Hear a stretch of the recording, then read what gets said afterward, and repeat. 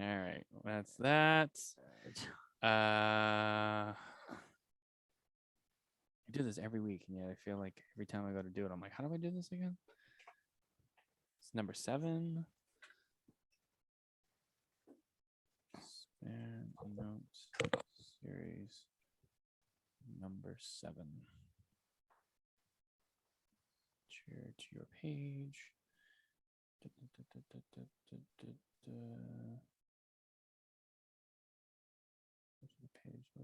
And here we go.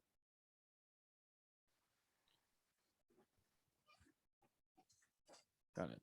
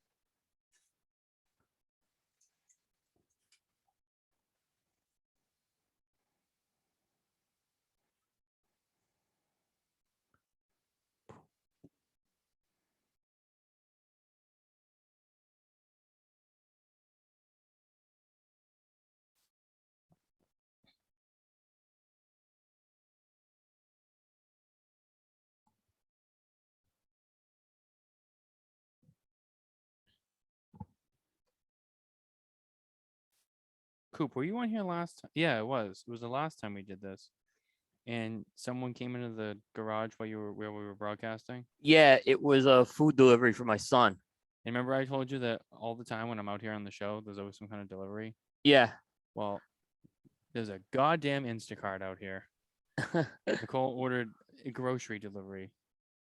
I'm like, oh, here we go again. There you I'm go out again. here again. There you go. Yeah. Well, it was funny. The guy just showed up. Like, God, just go to the front door. I'm not dealing. Although I think she did get me some ice cream sandwiches. Oh, it's a little late for that now. I can't get up.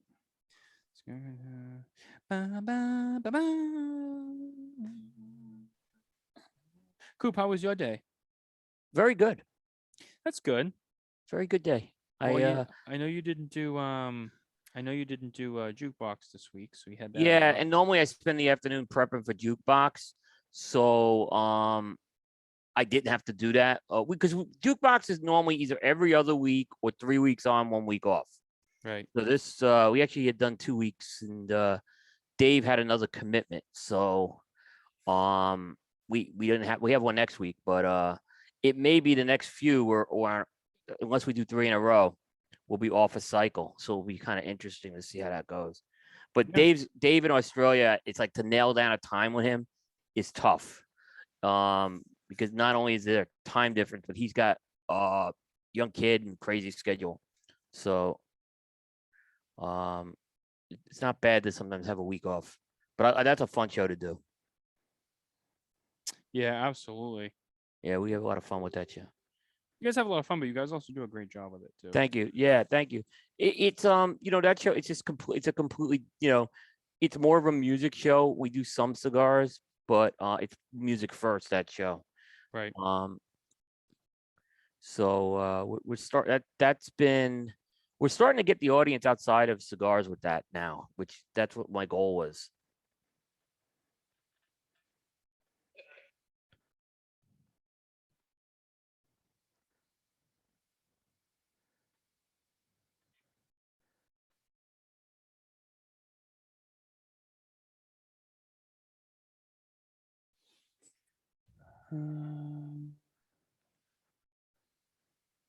So I just got my notification for a booster shot.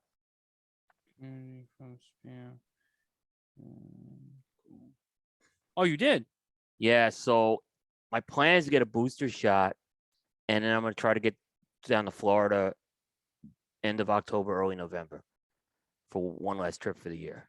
Oh, nice. Yeah, so because originally my Tampa trip I was supposed to do a Miami run and I opted not to, but things are turning around there, and with a booster shot, I'm sure that will help.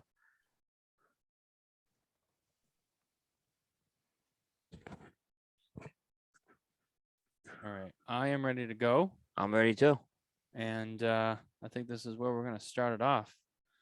So 5, 4, 3, 2, 1. Welcome to another episode of the Spare Notes series.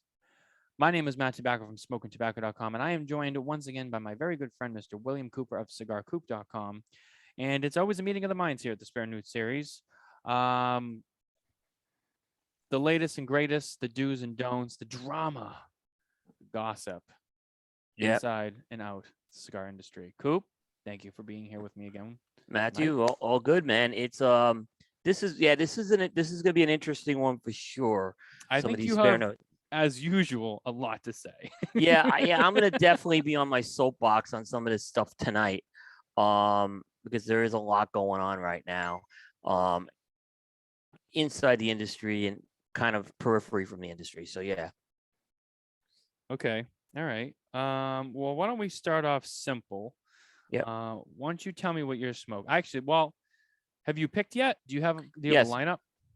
Yeah. I mean, I'm gonna start. I don't know what my second cigar is gonna be. I'm gonna grab something, but this is the Perla Del Mar Corojo in the Corona Gorda size. Oh, interesting. So I'm gonna light that one up, and then I'll pick something at random from the Travel Humidor I got here. So I have 3 in front of me, all very good cigars, and any one of them I could start with. I was gonna start with the first one, but you know what? I'm gonna pull a Bear Duplessis. I'm gonna let you pick. Okay. So I got a Padron 1926 Maduro 48. I have a Rocky Patel Tavacusa, and I have the All Saints Dedicacion. Interesting one. I'm gonna say go with that Tavacusa. Okay. Go with that Tavacusa. To me, that cigar was the start of kind of Rocky Patel getting on a roll, particularly with a San Andreas wrapper. Okay. So I'm kind of curious to see what you think of that. You can do that. Yep. Yeah, it's interesting. What am I? I'm gonna cut and light this now. And while we're doing so, once again, I just want to thank everyone for being here with us tonight. If you're watching at home live, if you're listening to us, wherever podcasting be found, where you can find us, Apple, Google, Spotify, iHeartRadio, Amazon, Stitcher, all of them. I think Sirius. I think we're on Sirius too. Same place you can find all the episodes of the regular Smoking Tobacco show, as well as Prime Time with Cigar Coupe. We're in all the same places, as well as our YouTube channel. If you're watching us on YouTube, thank you for watching. Don't forget to like and subscribe. We really appreciate it. We love it. And we thank you all for your support. Absolutely. And we thank you for being here. Yeah. By the way, our shows are not on Spotify yet. That is getting fixed. We have to make a change to our account plan to do that. So, and just to clarify for the listeners, you're talking about Cigar Coupe specifically. The Cigar Coupe shows. Yeah, this all of our anything that's under the Cigar Coupe shows, the primetime umbrella and Smoking Syndicate. We're not on Spotify, but we need to fix that. So it's not as straightforward. We could just add it to our account the way we set things up. So we're setting something up probably in the next few weeks, and we'll be on Spotify because I recognize a lot of people do listen through Spotify. It's becoming more and more the choice podcast catcher. Yeah, we got a lot of listeners on Spotify as well. Yeah. And we're missing out on that. So Ben and I have been talking about that, and we're going to kind of tweak our plan. It's a little more complicated because I'll just simplify the details. We have video in there, and that's what makes it a little more complicated. And because we have video, we can't use our existing account for Spotify. Absolutely. So that's the problem. Yeah. So we have to fix that. So I guess we can get right into it. I know there's a couple of things that you want to get off the list. Yep. On the list that you have of topics that you wanted to cover. Your spare notes include, I'm going to hit the highlights and then we can maybe drizzle it down from there. But we got cigar media versus mainstream media, why the cigar industry fails at petitions and calls to action time and time again. La Aurora goes direct. Ministry of Cigars shut down. And and that's just a non-related note. So you got some things there. Yep. I'll let you pick where you want to start, and we'll go from there. I'll just go, I guess. Let's kind of go simple. We'll start with the La Aurora goes direct first. Sure. Okay. So this was probably the worst kept secret in the cigar industry. And what we mean by La Aurora goes direct is they have officially announced that La Aurora's products are going to be sold directly through La Aurora. There's a website that's been set up to do that. And as opposed to going to your brick and mortar, which is the way you've gotten La Aurora for years. So this is kind of, this has been a very polarizing thing. To be fair to La Aurora, they're not the first company to do this. But I think when you look at the amount of time this company has been around, it's a significant move. And I don't know. It's an interesting move for them. It's an interesting move. I don't know if it's the right move for them.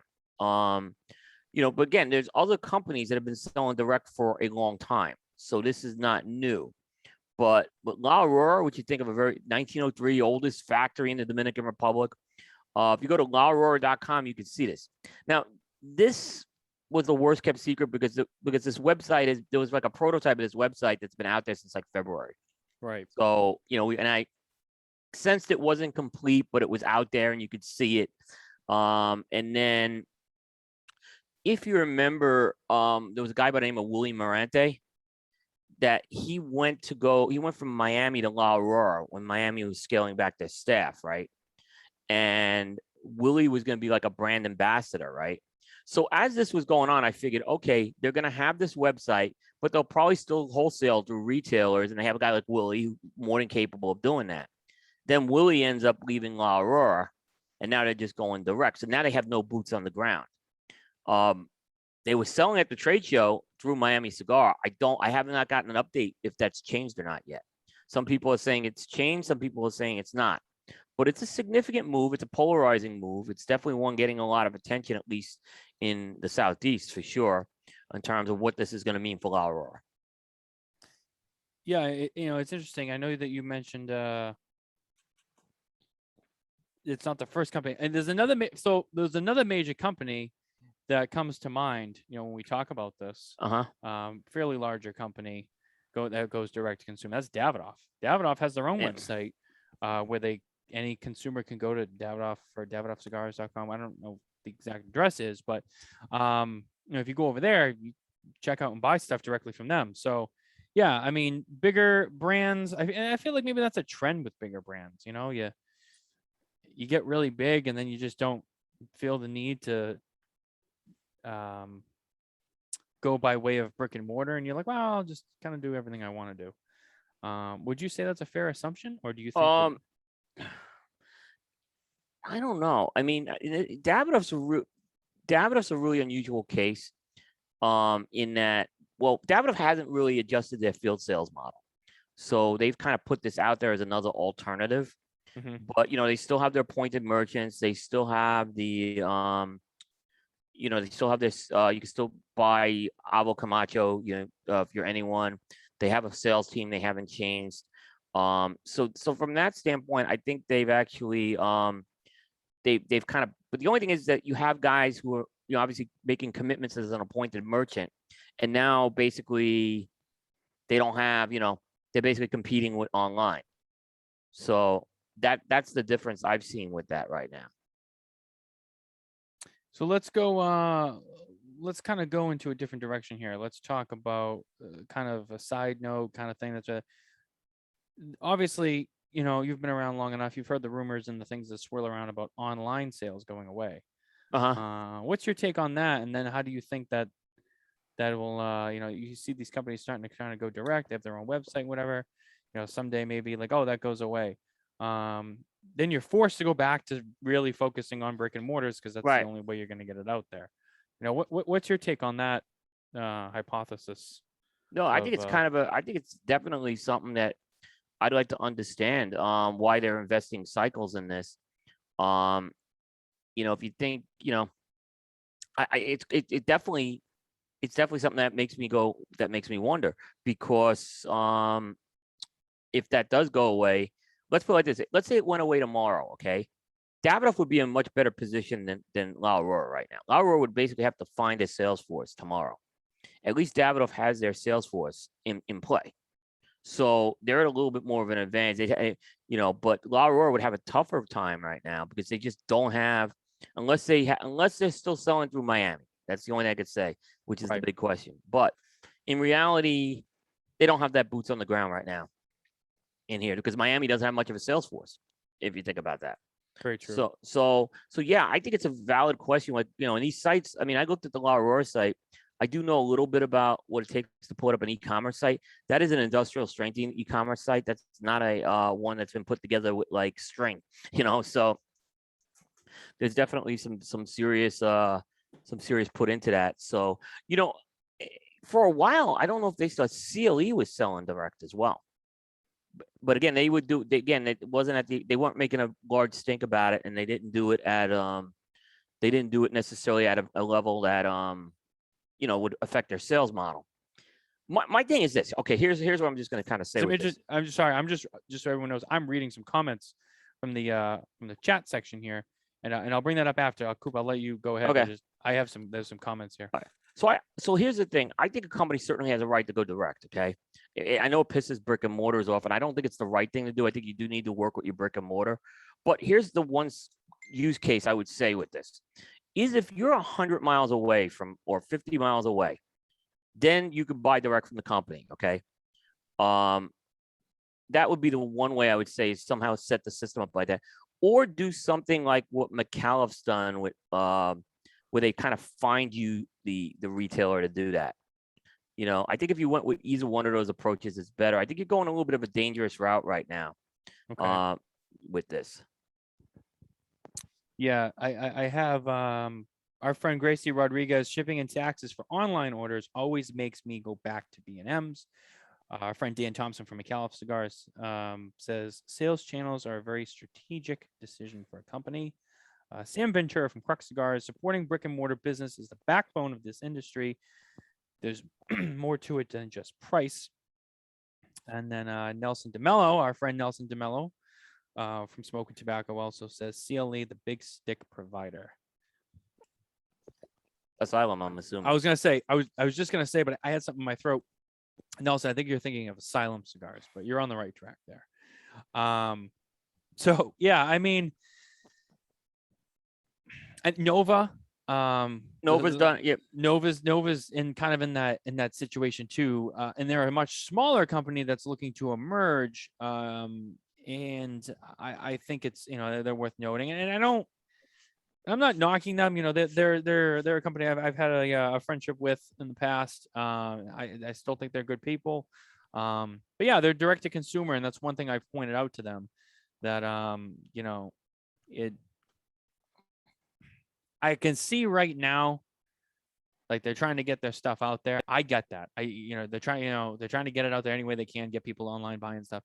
But you're going to get to a point as you continue to grow that brand, you're going to need to pull away from that, and you're going to have to just kind of rely on your brick and mortar retailers, because I think that, like McAuliffe Cigars kind of went through this too with, I know some people, I won't mention any names and stuff, but I know McAuliffe, I can say, ran into this situation where they were with certain people and they were doing some online retail stuff, and there was some brick and mortars that they went to who said, we'll take you in, but we don't want to take you in if you're doing that. And they ended their relationship, and I think we all remember that announcement that they made.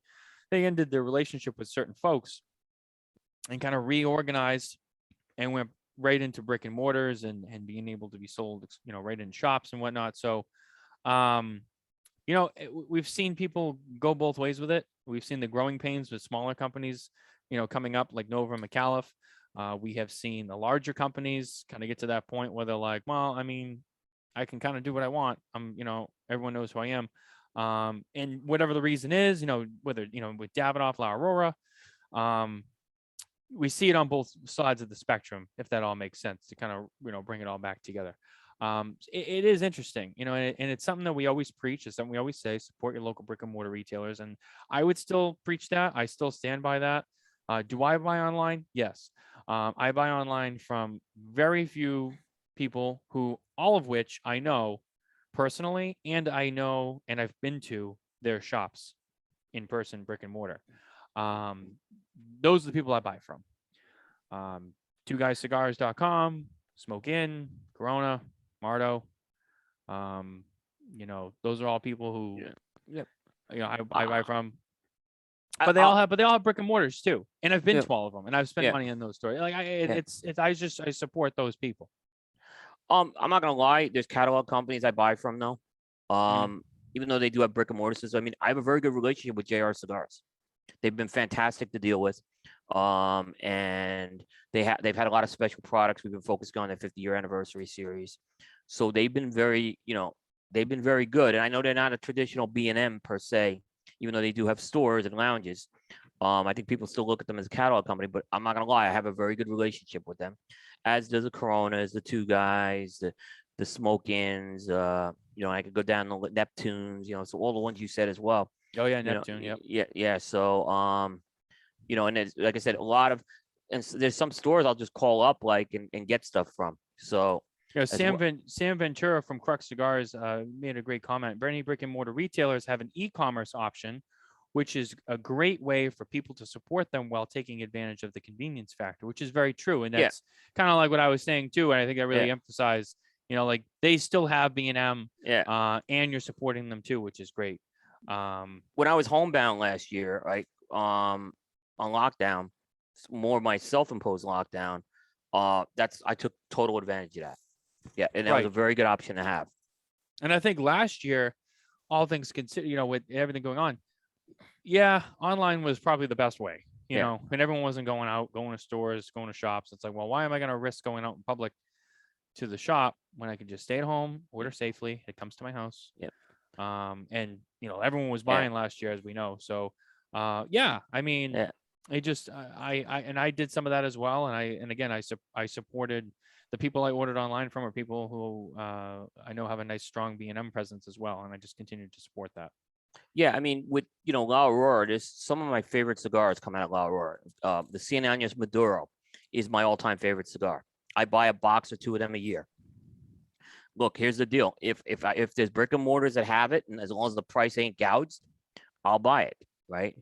When I say gouged, it could be a little higher than MSRP. I'm okay with that, especially with shipping. I'll buy it. However, if I can't find it, I'm gonna buy direct from La Aurora. I'm not gonna lie. It doesn't Yeah, change how I feel about that cigar.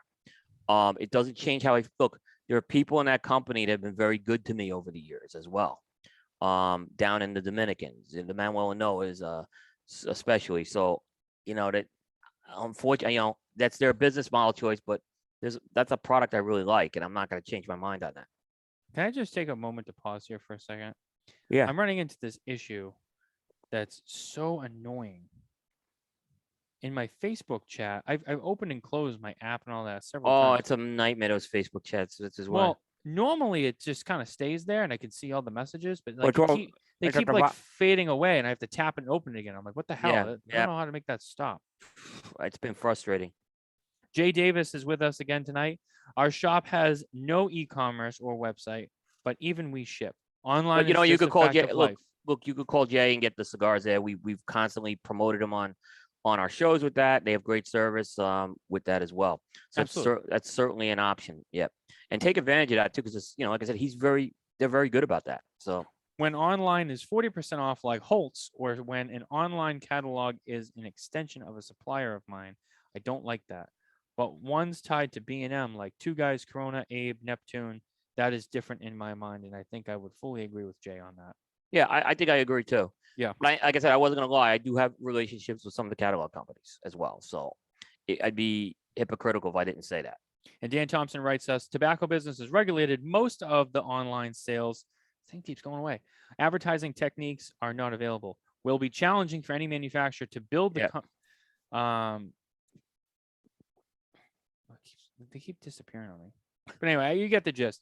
And I agree. And there's some good comments, some good feedback here in the Yeah, it's chat. very So good. There's everyone, very everyone, thank you for being here and commenting along with us tonight. We really yeah. appreciate It's a very polarizing topic for sure. it. Yeah, the online conversation and debate thing is one that it does get talked about and whatnot. And it's always interesting to get different angles of it. And I think this was a great way to bring it up tonight with the Lara news. Yeah. But let's move on to our next Yep. our bone to pick from Coupe. Where do you want to hit now? What did I have next? There's a couple of things. I know there's a couple of things you weren't sure you were going to bring up, but that one, yeah. What I told you, I'm not sure. I'm not bringing up. So all right. okay. I'll leave that Just alone. okay. Let's go.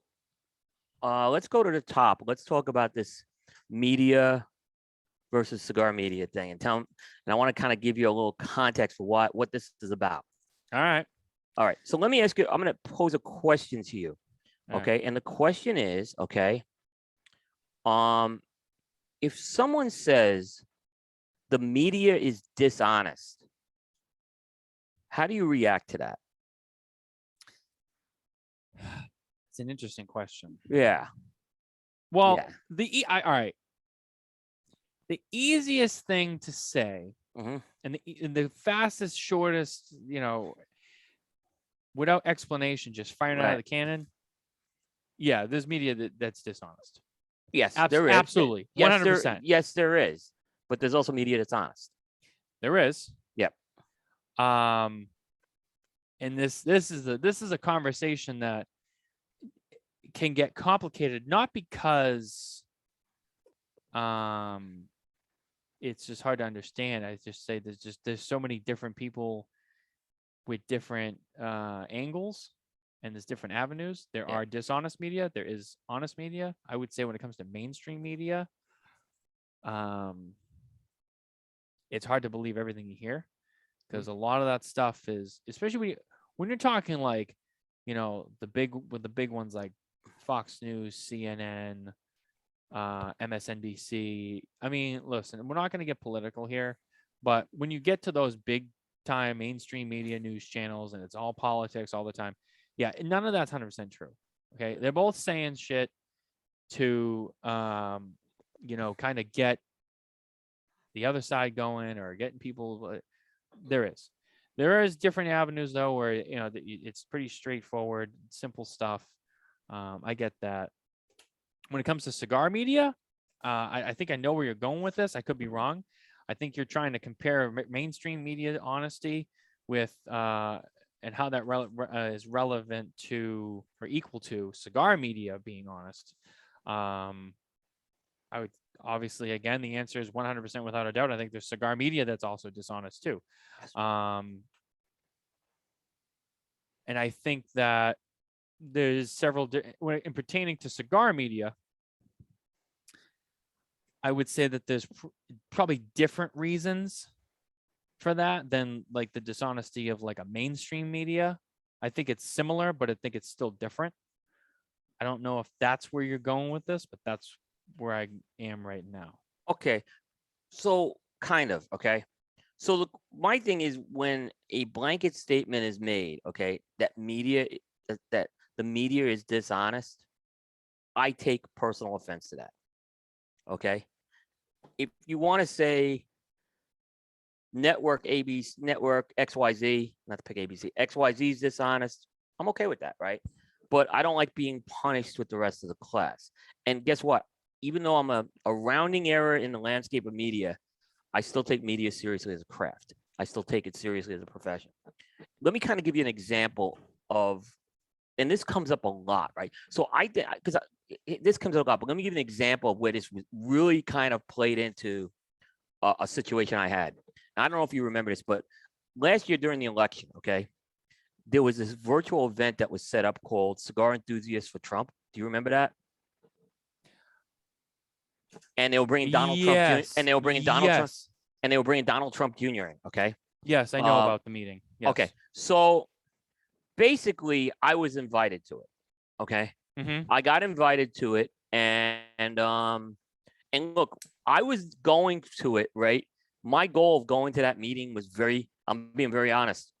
it was to get a temperature check how serious the Trump administration was about regulation with the cigar industry.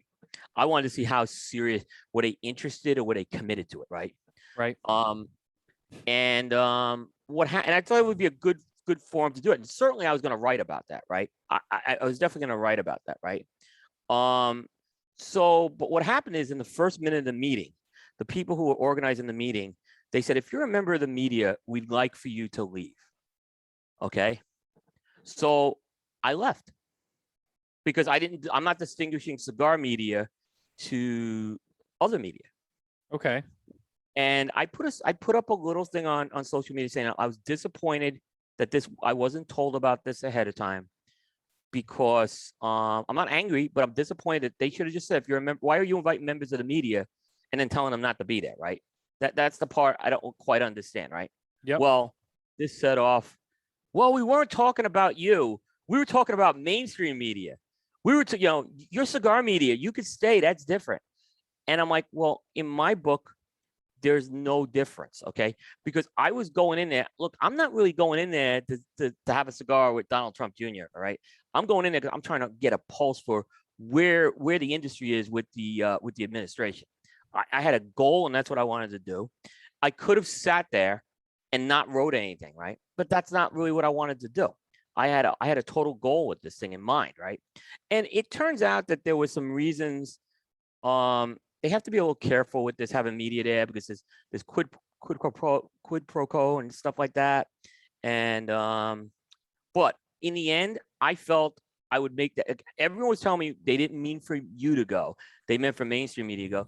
But in my book, I don't draw a line. There's not a difference in my book, because, and again, what I do at Cigar Coupe is a little more to write about wrapper binder filler.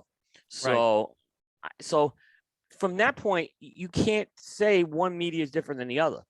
And the other thing is, I'm going to respect that rule. If they said that media is not going to be there, I'm going to have some integrity and say I'm not going to be there. Right now, I'm not criticizing any of the other cigar media who stayed there. I want to make that very clear. This is my personal decision. But that point, I realized I can't separate the two. And the other thing I'll say is, if there's journalistic goals that I may have down the road beyond the cigar industry, I don't want to sacrifice my credibility by separating that.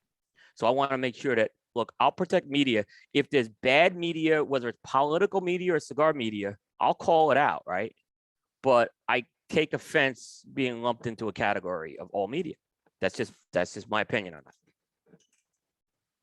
Yeah, I mean, you bring up some interesting points. I think you have an interesting case here.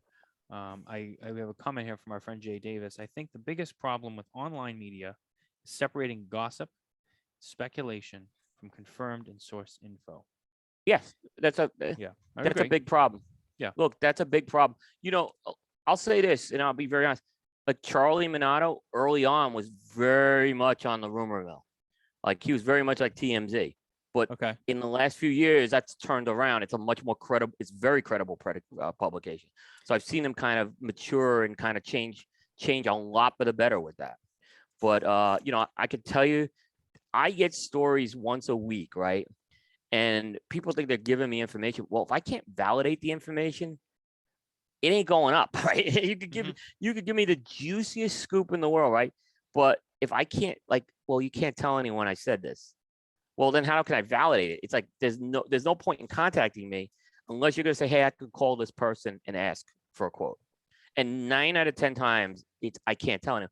So that's like giving someone a gun and being like, here, but there's no bullets for it though.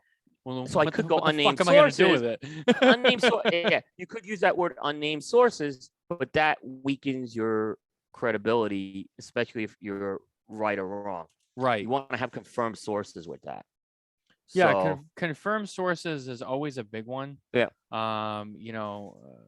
It's one thing. Here's what I'll say: if you write a story, that you're saying like, okay, there are rumors from multiple people that have been unconfirmed, this might be happening, and you stress that point that, hey, it's a rumor, but this is being talked about. Right. I would say that's fair, and that's one thing. But you write a page with rumors and then sell it as like, yeah, this is set in stone. That's something completely different.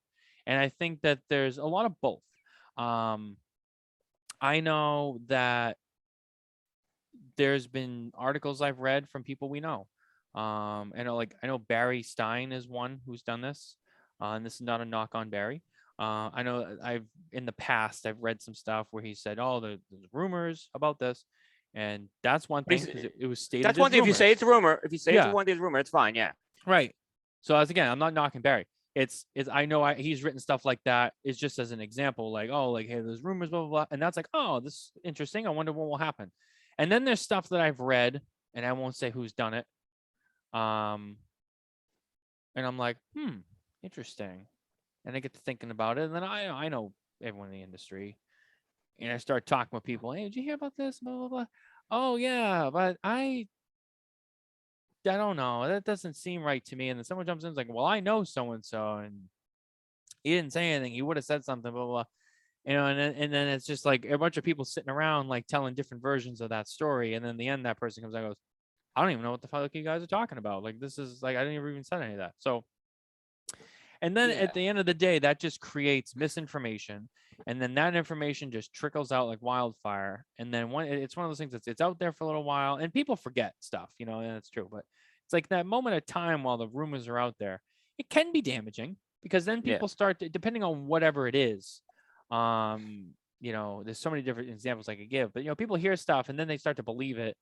And it's a lot of times people hear something or they read something one place one time and then it's just there. And then that's what they know. Yeah. And they don't do enough research to be like, well, did Cigar Coupe say this too? And it's like, well, one guy said it, so it's got to be it. And it's like, and then they live their life based on that going forward. And then, eventually they find out it's not true. And then especially with any kind of major news story, I always like to verify it the best way I can. You and I both know a lot of people in the cigar industry that would put out information.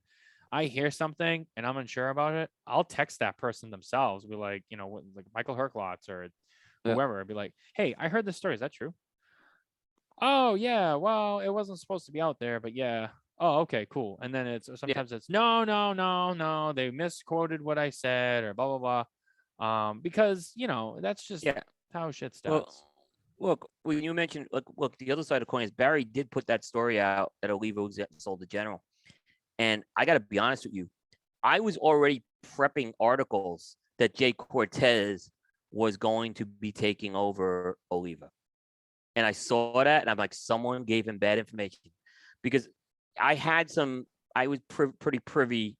Charlie was probably more privy than me on some stuff, but I had enough information to know that was going to Jay Cortez. So I actually had an article ready to go like the same day it happened, right? The same thing with Drew Estate going to Swisher. Like that was leaked out and I had a really good source on that one, right?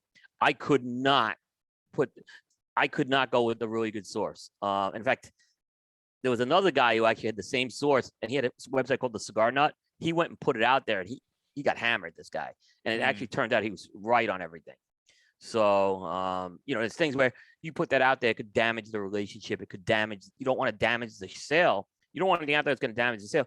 But when stuff like that does come in, and I think it's more than rumor, I'm already prepping information. So I hit a button when it goes out, like, because people wondered, how did I have an analysis of this whole thing done in like a half hour? It was like, because I was working on this. So there's things that, sometimes you do pull on these threads, right? But I would be very hesitant to put it out in public because not only could you be wrong and damage your credibility, but you could damage something for these companies as well, which I don't think is anyone's intent. Very, very true. Yeah, but this is a sore subject with me, Matt. Because it came up again this past week, and someone took a shot at media, and I really did not like the shot that was taken at media. Do you want to say who said what? It was Mike Bellady. It was Mike Bellady. Okay. I mean, it's out there. So it's and I love Mike Bellady. He's a friend of mine.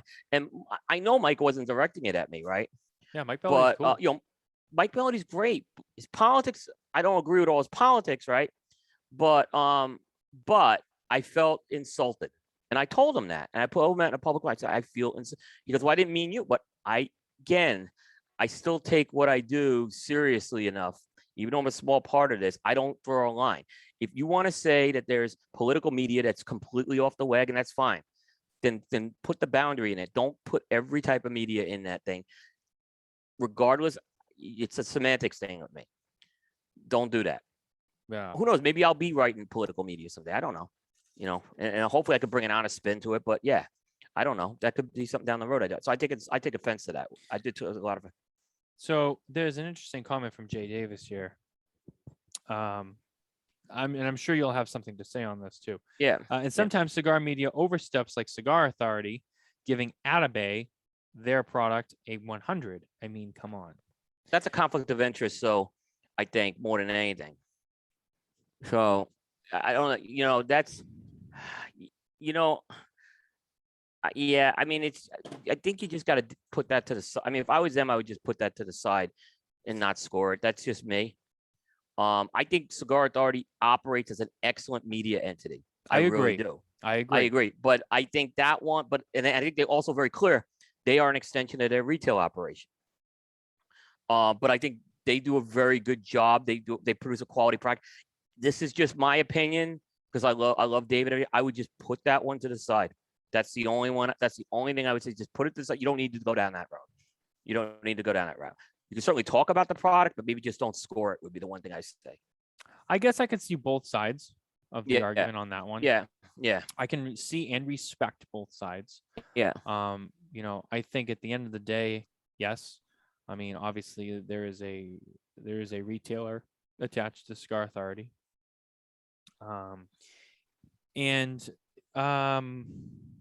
Also I want to clarify, because I know how Dave and Oliver and everyone will respond to that comment. And this is all respect. This is to respect on everyone, even to Jay. Mm-hmm. I know how people want to look at it, but technically it's not really a Cigar Authority or a Two Guys product. It is a product distributed by United. I mean, yes, David Garofalo owns that company, but it operates very independently and separate. So I just want to throw that out there. Yeah, that's just because that's kind of me just saying that for Dave, who I know will make that point, and I have a lot of respect for Dave. We do, David and Oliver and everyone over there. I have a lot of respect for them, and I am friends with them, and I know them, and so I just want to clarify that. But having said that, I do understand both sides of the argument. I do look, and they certainly should be able to talk again. Being an extension of that, they should certainly be able to talk a lot about Atabey. The only thing I would do is not score it. That's just my opinion. But I think at the same time, they are actually a totally legitimate media outlet, especially on the podcast. Absolutely.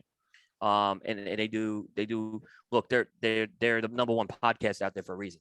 I mean, and they are number one. Yeah. Yeah. I mean, they do a great job. They're class act. They are number one. Yep. I don't think it would make any difference if they didn't score Atabey, is my point. Right. I think they sell lots of Atabeys and they still be the number one podcast. That's just my opinion. Yeah. I mean,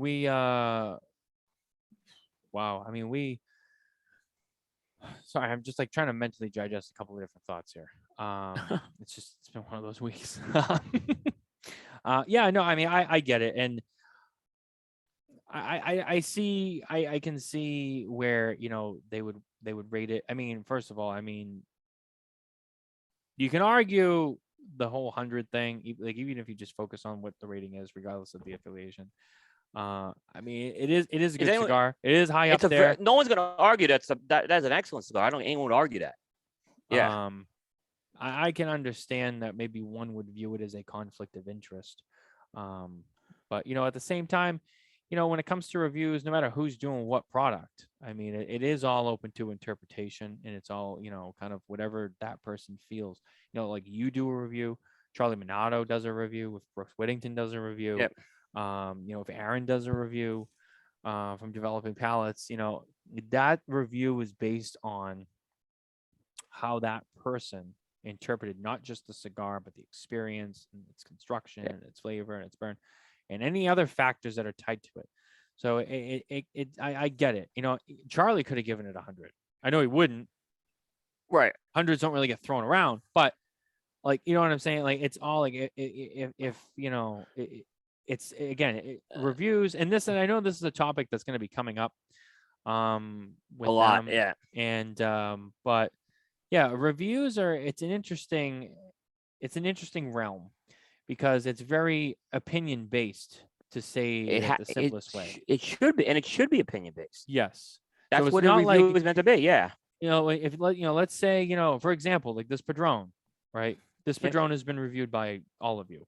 Yeah. And you all have different scores and different reviews on Yeah. it. But it's the same cigar, and it's very popular. It's arguably one of the best cigars on the market right now. Yep. Padron 26 Maduro, or any Padron Maduro, really.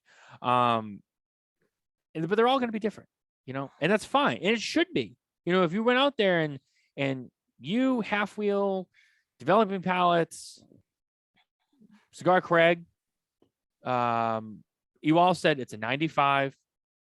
It's chocolatey, nutty, a little bit of spice up front, burn great, complex. All of it was like the same. It'd be like, he said that. Yeah. It's like, okay, like it's good. That's good information. But if you're someone who likes to read reviews and you're someone who, I guess, uses that information. What am I trying to say with this? If you rely on that information, I would say, if you're reading the same review, the same cigar all the time, it's just kind of like a waste. It's and in a perfect world, obviously, that's never even going to happen because everyone tastes things differently and everyone has different experience when and how they smoke it or whatever. So of course, that's really never going to happen. Now, are there a handful of cigars in this world that have probably been reviewed, even by Cigar Aficionado? You go talk about print media, those guys, which that's a whole nother conversation in itself about how those things get reviewed when it comes to them. Yeah, I mean, no one's ever going to have the same shit. But are there a handful of cigars out there that all are probably pretty close to similar because they're just that good and popular? Yeah, there's a few out there. And I think we both know what some of those are. Yeah. But regardless of those, the majority of cigars on the market, everyone's going to have something different to say. Getting back to that particular topic, I don't know. I guess it's tough for me to take a stance on that one. I could see it both ways, but I also understand what you're saying too. I mean, if there is some kind of conflict of interest, maybe it would be in your best interest to not review it. I can respect that opinion as well. I can see where it comes from. Yeah. And I have like Aaron and I have talked a lot about Aaron Loomis and I've talked a lot about the concept of a 100 scored cigar, and I mean, it's just certain. It should be such a rarity, right? But again, it comes down to, like, most of the time when I see 100 scored cigar, and look, Barry's not the only one giving out hundreds. There's guys, Catman gives out a ton of hundreds, right? Yeah. But I never come out of any of these reviews saying that's a 100-point cigar. I come out of it saying they really like this cigar, right? But I never got the impression 100's perfect, right? Now, and not one review's ever convinced me. Even a Cigar Aficionado's Connoisseur's Corner hasn't convinced me. Well, here's an interesting one. I don't think anyone gave it 100, but I know a couple people gave it pretty damn close. I think it got like 97, 98. I thought the Lancero got 100. And that's gonna be the Cohiba Vihique. Oh, okay, that. I think Cigar Aficionado gave it like a 98. But they gave it That's a 98.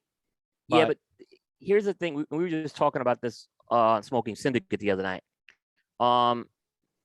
Cigar Aficionado, like, the highest score they give during the regular season, meaning throughout the year, is usually about a 94, 95.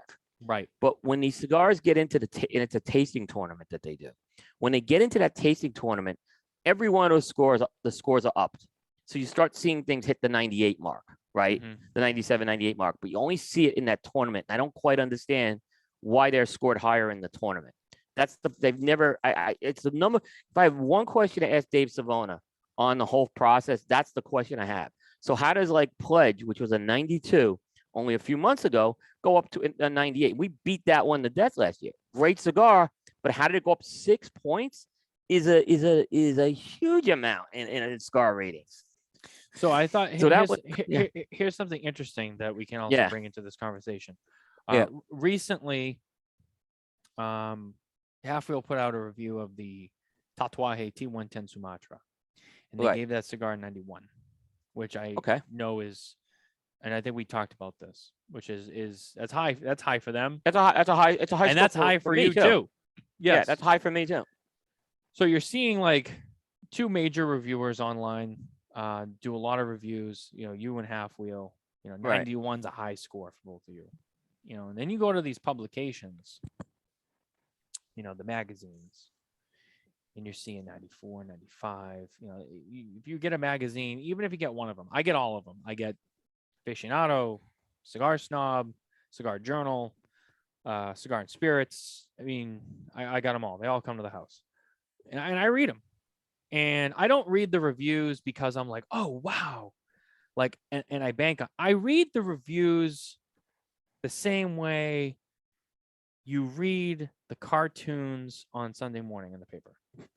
Entertainment, something to look at. Like, oh, and the reason for that is because I guess I've always just kind of felt, I don't know. I guess I've always felt a little funny about some of the reviews that get put in those magazines, because I look at some of the cigars and what some of the scores are, and then I'm just gonna say what everyone's thinking.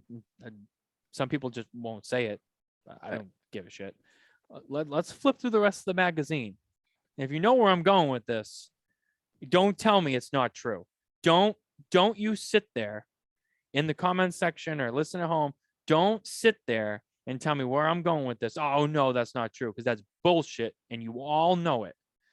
Flip through that magazine and see how many ads that company has in that magazine. Then go back and look at that review and go, oh, 96. Wow, what an interesting take. I'm going to tell you no. Okay. You're going to tell me no. I'm going to tell you no. All right. This is why we're here. This is spare notes, baby. All right. So this is for two reasons. Okay. One is they do Cubans that are higher. Okay. And that's an interesting concept too. The Cubans. Okay. Go ahead. But I've actually done. Okay. So there's an article on Coupe that I did last year, and I looked at where cigars place in the top 25. And I looked at the companies that do press releases. And then I looked at the companies that did exclusive press releases. And then I looked at the companies that gave Cigar Aficionado the exclusive press releases. Right. And it was those companies that consistently were the ones high. So a lot of it, I believe, is the relationship with the company. Now, you can argue that part of that relationship is an advertising thing. I'll give you that. But I've never tried to, because I don't know. I'm trying to stay innocent, but there's definitely a correlation. If they're not like, if you notice if Aficionado is not getting like an exclusive press release, you're not going to see that cigar in the top 10. No, chances are. There's a few exceptions, but that's what I'm saying. I think it's much more with the relationship piece with that. And again, I just want to clarify my statement before, because I'm not saying every single one, but there are some that I feel that way about.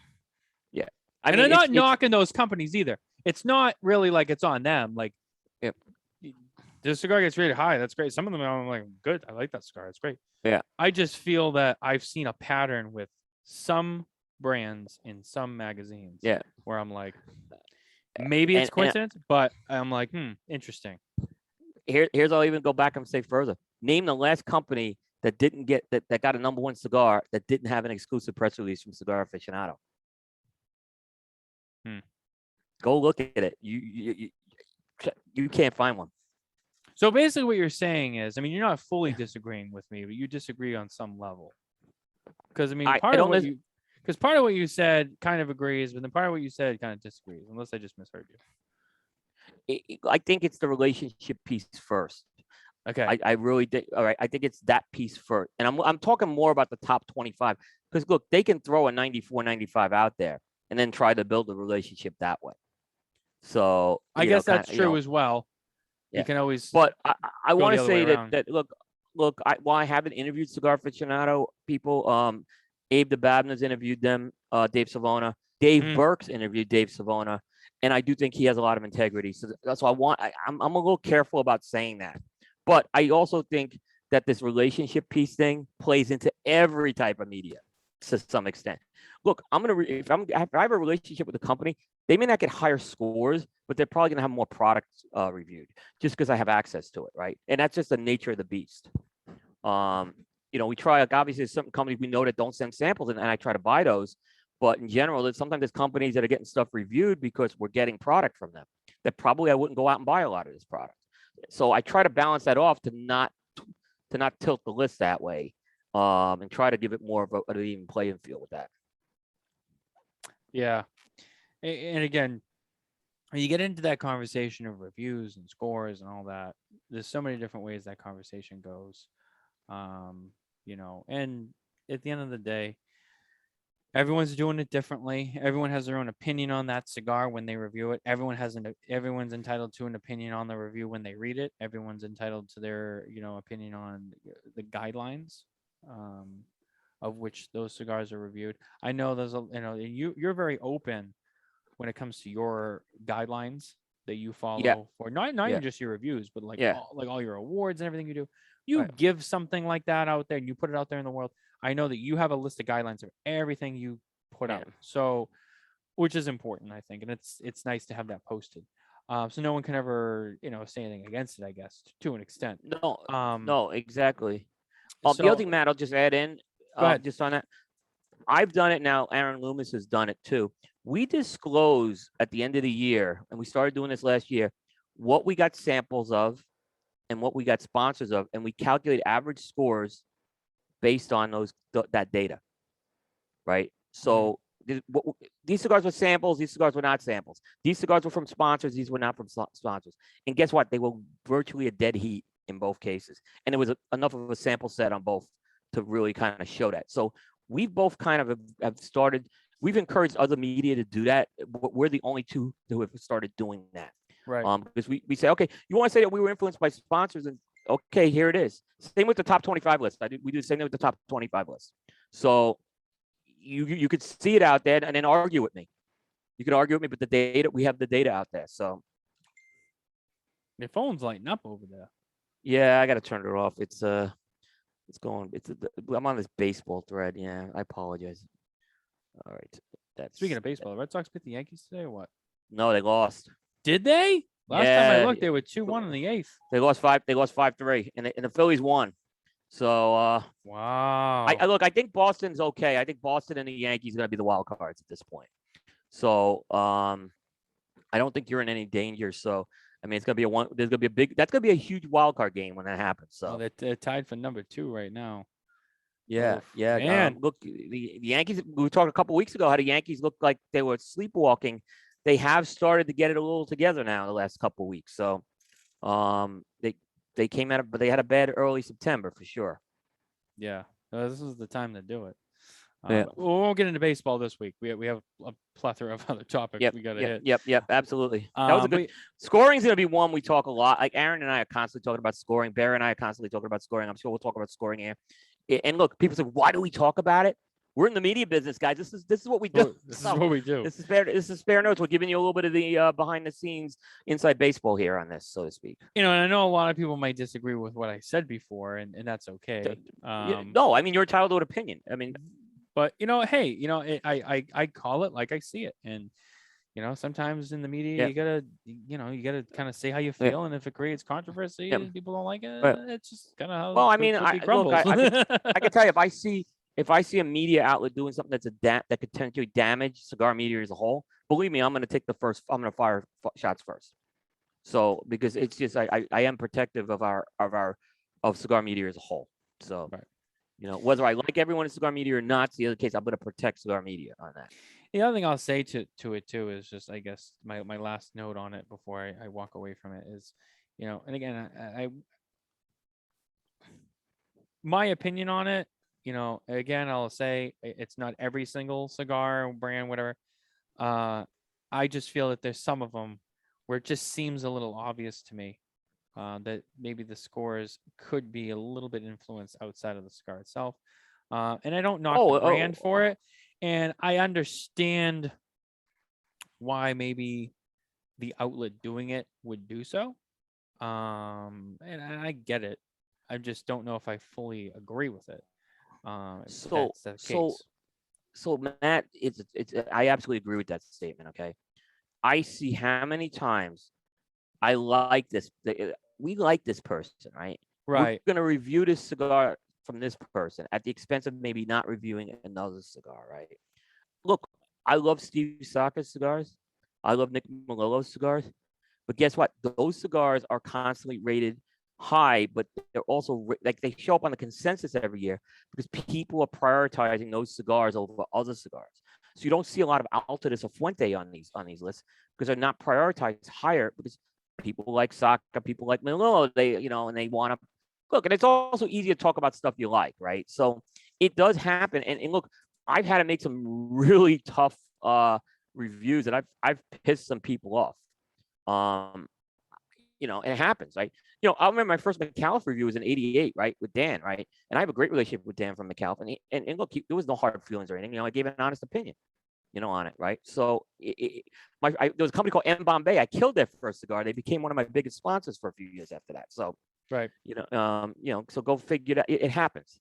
There is again, this is very much a subjective thing we do with reviews. The idea is you should try to minimize the outside distractions, and you really should try to put relationships to the side. If they're sending you product, then that's another story.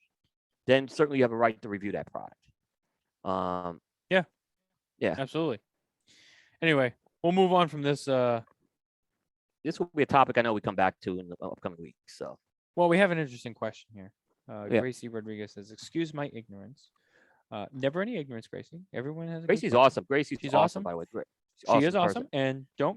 there's no such Yep. thing as stupid questions, Gracie. It's okay. Absolutely not. Yep. But why aren't reviews just be? Why?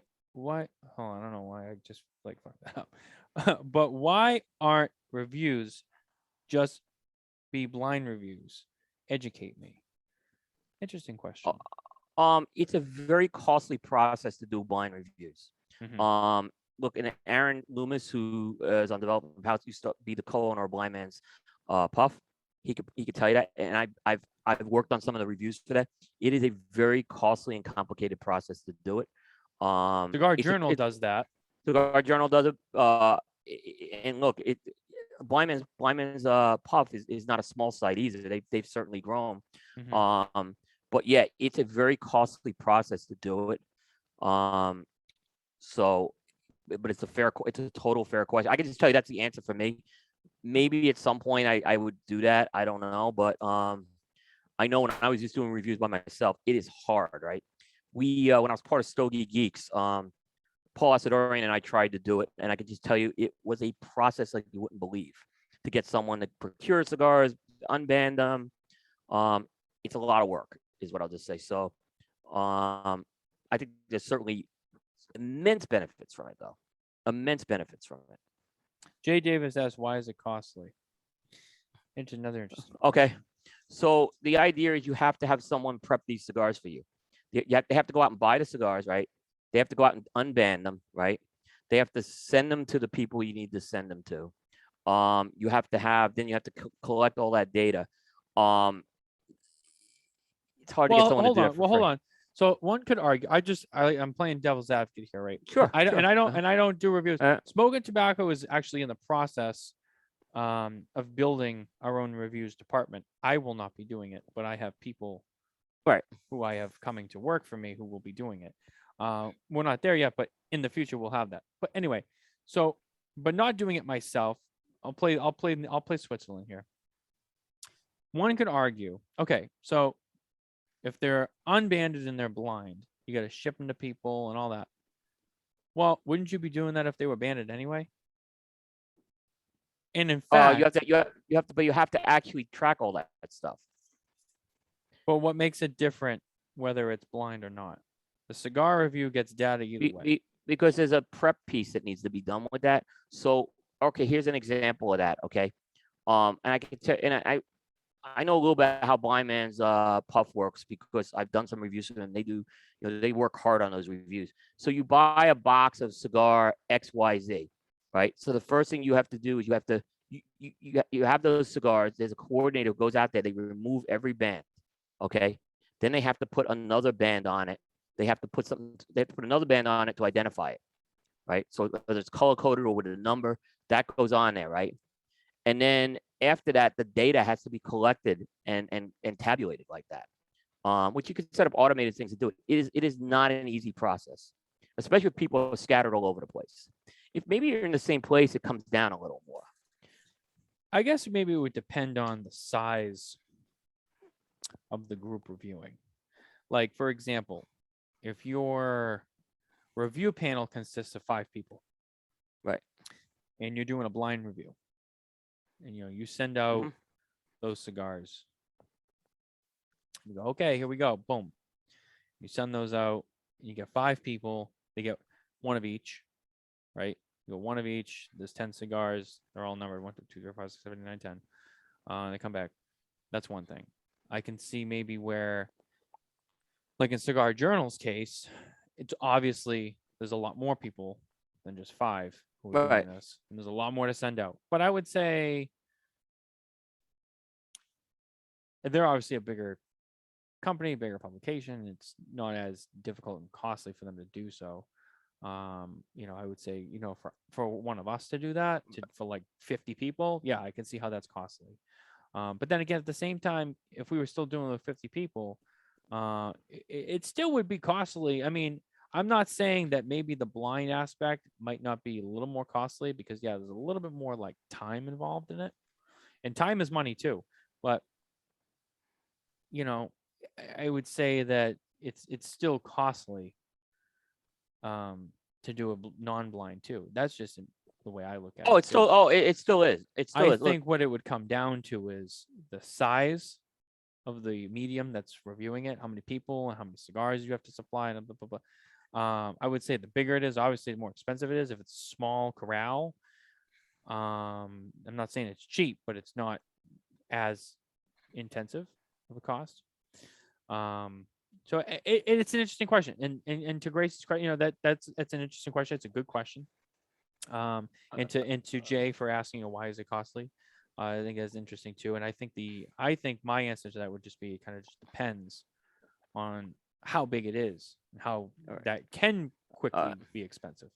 Okay, so I've actually done a study on this. Okay, Yep. Not of the blind piece. Okay, but I've done a study, and this is on Coupe as well. If you go to you type in the search economics of a cigar media brand, Yep. right?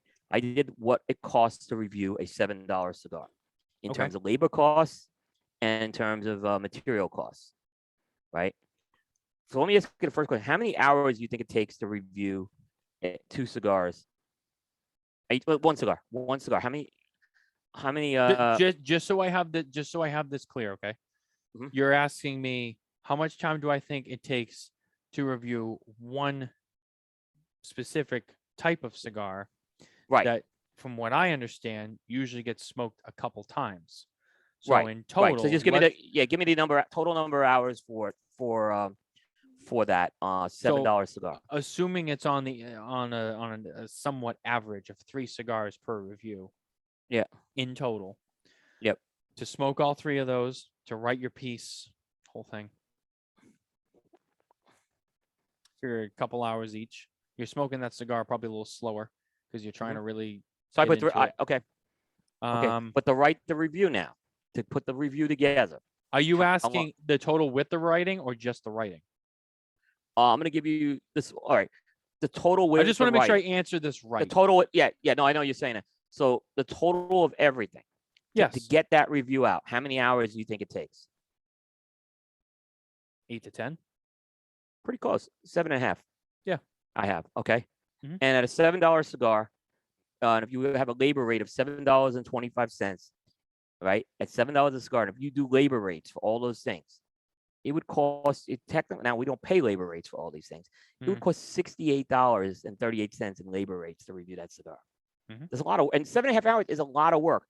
There's preparation, and I'm doing how the Coupe does it. How we do it on Coupe. There's preparation, research on the cigar, photography, smoking time, writing the actual review, and a proofreader. I have 7.5 hours, and that's for 2 cigars. And if you went to 3, I think it would go up to 9, or 8 or 9. Let's say 8 or 9, it would go up to. So you're not off. You're pretty much right on target. So there is costs that we have with this, right? Even if I get the cigars for free, right, then that cost goes down because now I'm not having to pay those cigars. Which I think should be said to the folks on the other side of this table here. Yeah. but I'm still spending 7.5 hours of time per review. Full disclosure. Yep.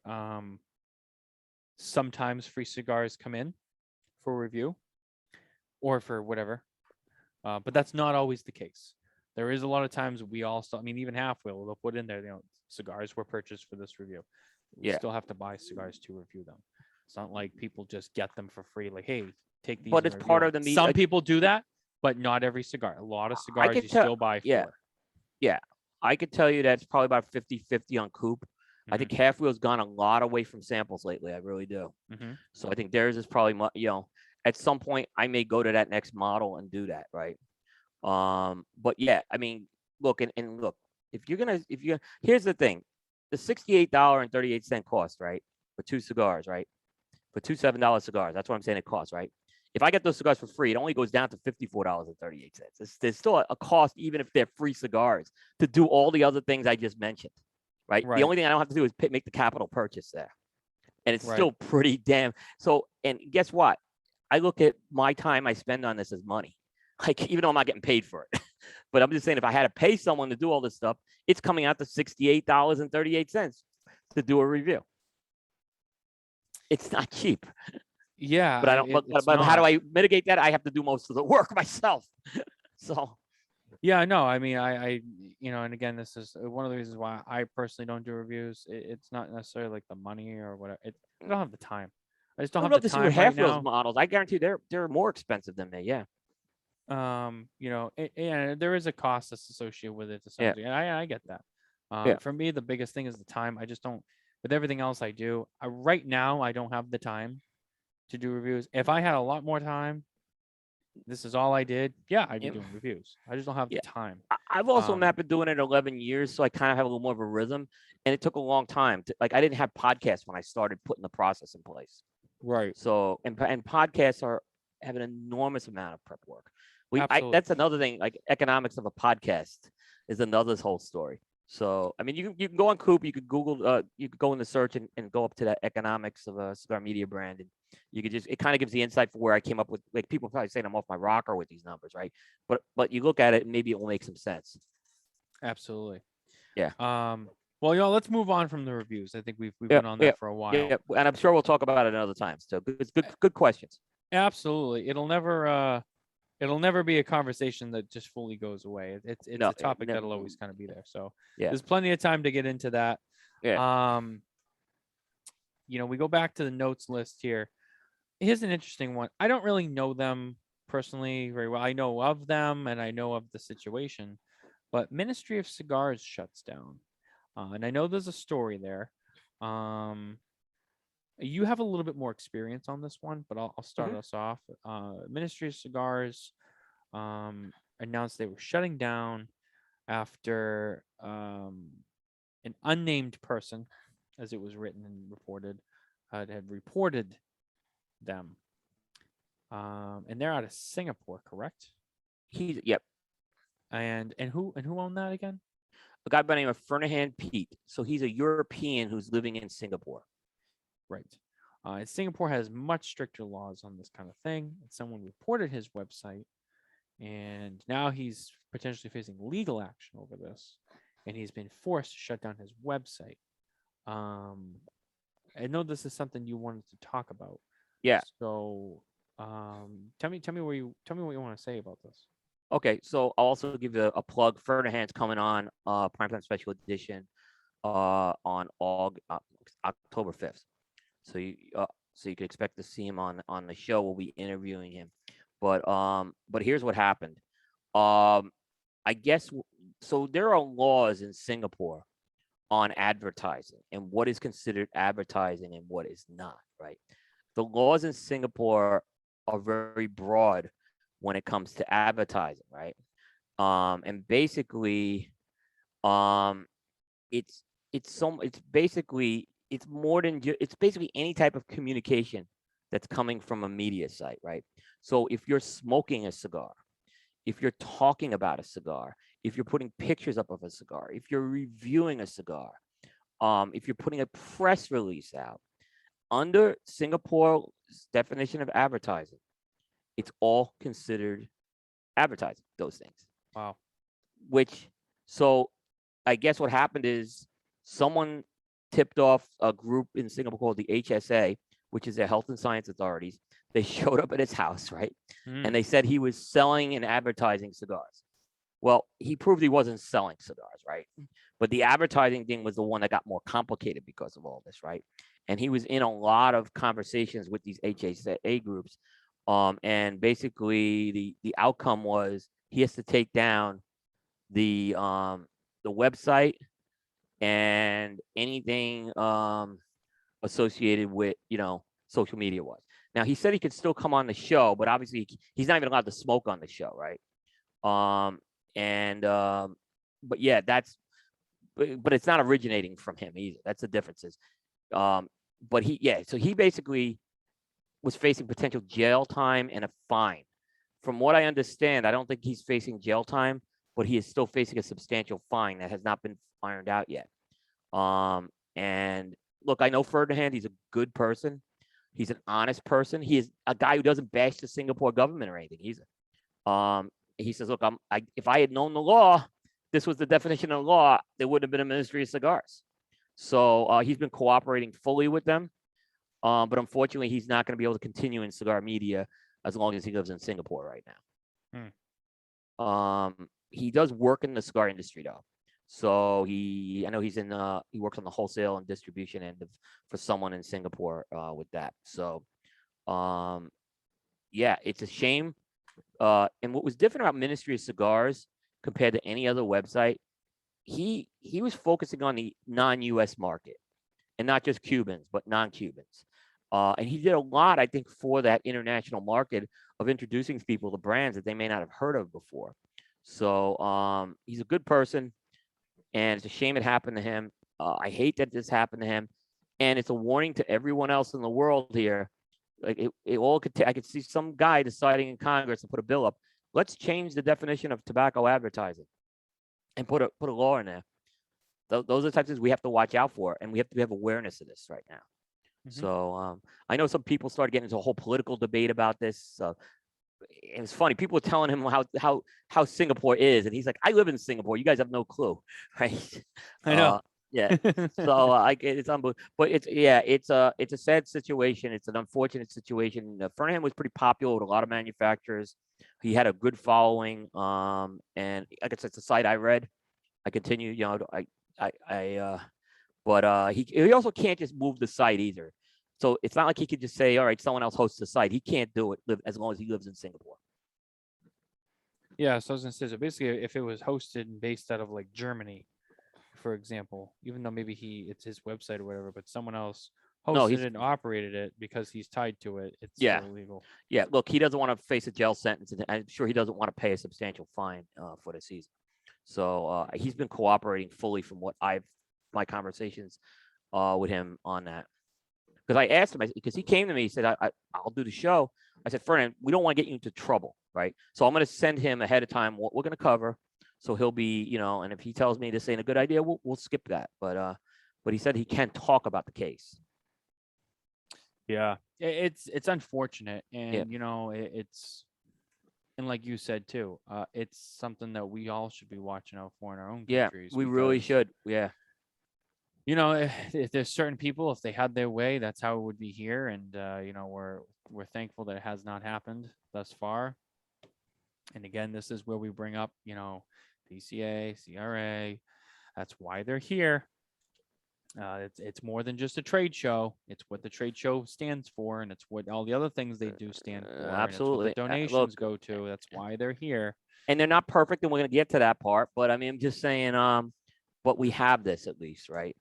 That's and right, yeah. and one thing I'm really curious about is the whole cigar rights of the world thing. If they're going to get involved with this at some point, I don't know. I think they need to this whole new cigar rights of the world that Reinhardt and Jeremiah are doing. Yeah. This is a question I have for them. Like, can you take this message, right, and now start creating awareness around the world here that this is going on, that this happened already in some place? I think that's an important thing to do.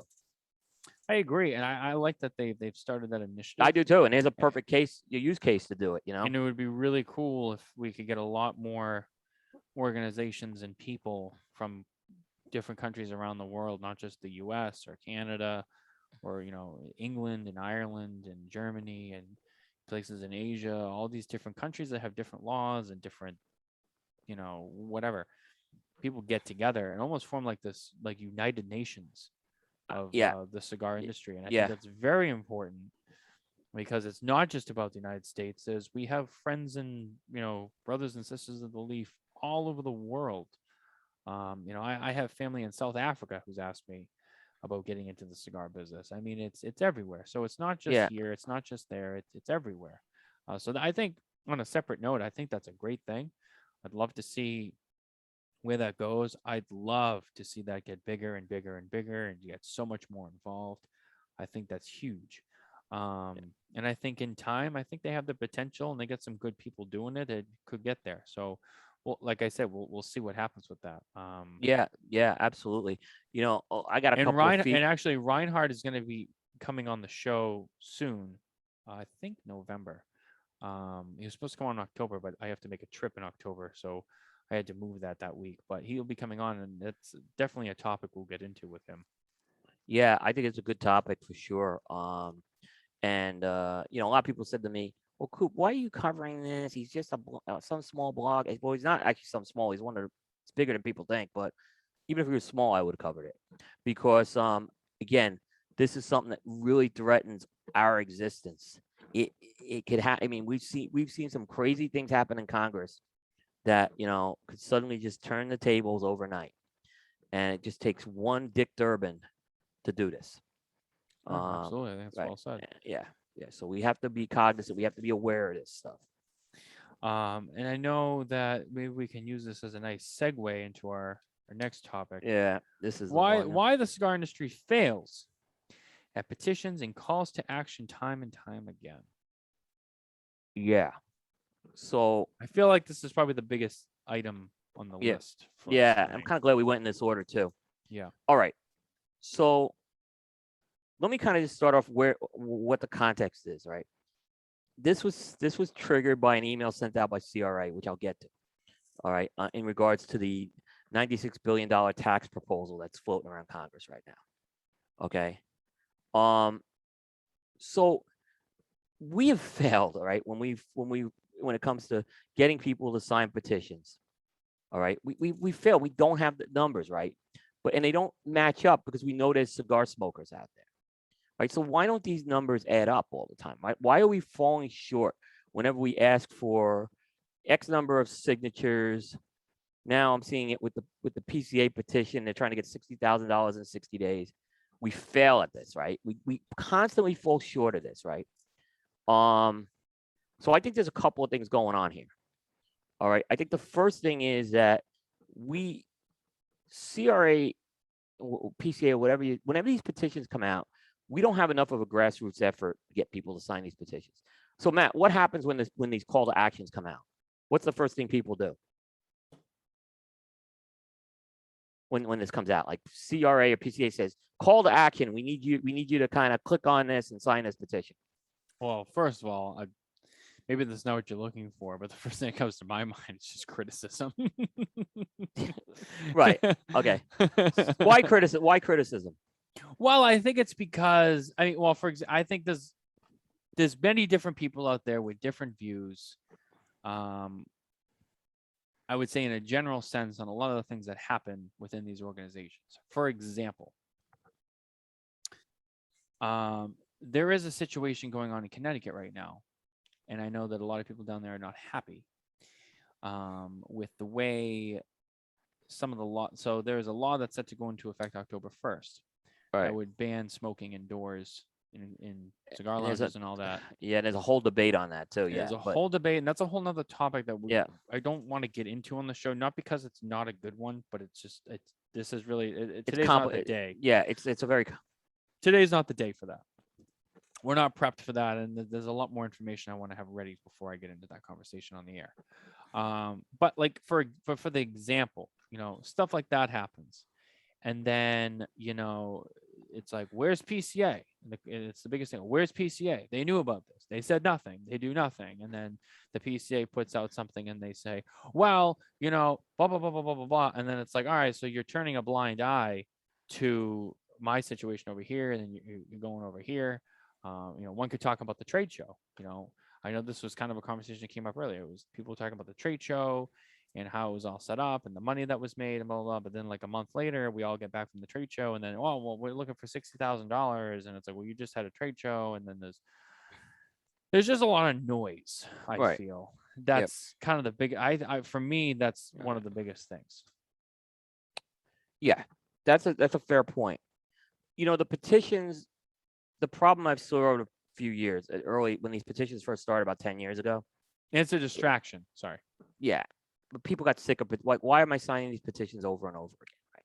And I don't think there was a good job done educating people on the importance of a petition, because that's basically how you show you have this strength, right? So you say, I have all these people who are against this, right? But when you can't get the petition numbers up there, you can't substantiate it, right? So the petitions, whether we're sick and tired of them or not, we have to do it. But the problem I see is when I ask what the first thing happens, right?